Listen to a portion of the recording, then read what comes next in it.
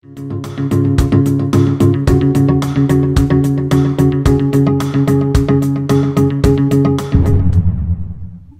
time you go into a museum, you'll see signage and you'll see information that gives you the names of the work. Now, almost always we'll find that the work of older established artists who are LGBTQ has that filter in front of them. So a few years ago, the Tate did the final retrospective of Cy Twombly here. And they had a huge timeline, as big as that wall, that told you all about his life. And it told you at a certain point, he went on a trip with Robert Rauschenberg, who's another very important contemporary artist who we'll come back to. And then they went to Rome, they did all this sort of stuff, and then he eventually met a principessa, and he married her, and he spent the rest of his life in Rome. So, the moment they mentioned that he got married, a heterosexual filter is placed in front of him, because what does that mean when he marries a woman, that he, to the general public, that he must be straight, which is quite important, is that, you know, I've kind of given you this notion that there's this dialogue between Rauschenberg, Twombly, Niki de Saint Phalle, and Jasper Johns. There was also a kind of dialogue going on, artist to artist, in terms of their work.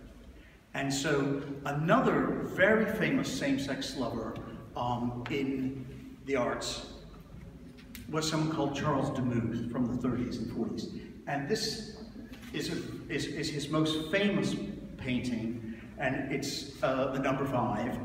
And it is a portrait of a gay poet called William Carlos Williams. So it's a very conceptual portrait, but it is a portrait, and it's one gay man making a portrait of another. And Peter Drucker died of AIDS. And then they said, and most famously, there's the very well-known asexual artist, Andy Warhol. Now, that really got my nerve, because I mean, he was not asexual. He never pretended to be asexual, but the more I looked into it, the more I realized, and I found out what was going on is, as the prices go up and up and up, who's buying that work? At this point, it's a lot of Russians, it's a lot of people from the Middle East, and they don't want a faggot on the wall, okay? Even if it's worth 100 million. Okay, so he's conveniently become asexual, okay, because that means, well, okay, he didn't have sex, whatever.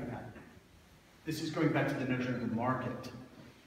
Because these works were very valuable, and he shows with someone called Matthew Marks in New York, which is one of the biggest galleries, commercial galleries.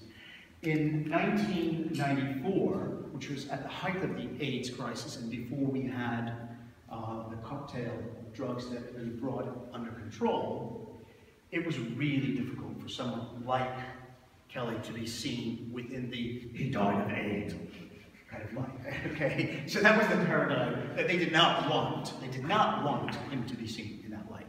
So in 1994, of which this comes, the gallery asked a French writer, Yves Alambois, to write a catalog essay about him. And this book is called Spencertown, and it also includes a photo essay by Jack Shear, who was his lover, and still is his lover, and was very well known that they were lovers. But they really kind of get around that. And I'm going to just read you what Yves Alambois says about this particular piece, whose title is Orange Relief with Green. Okay, so I think it's very enlightening. He says, "Two shapes share a space as two college roommates share a room, polite to each other but remaining their own privacy."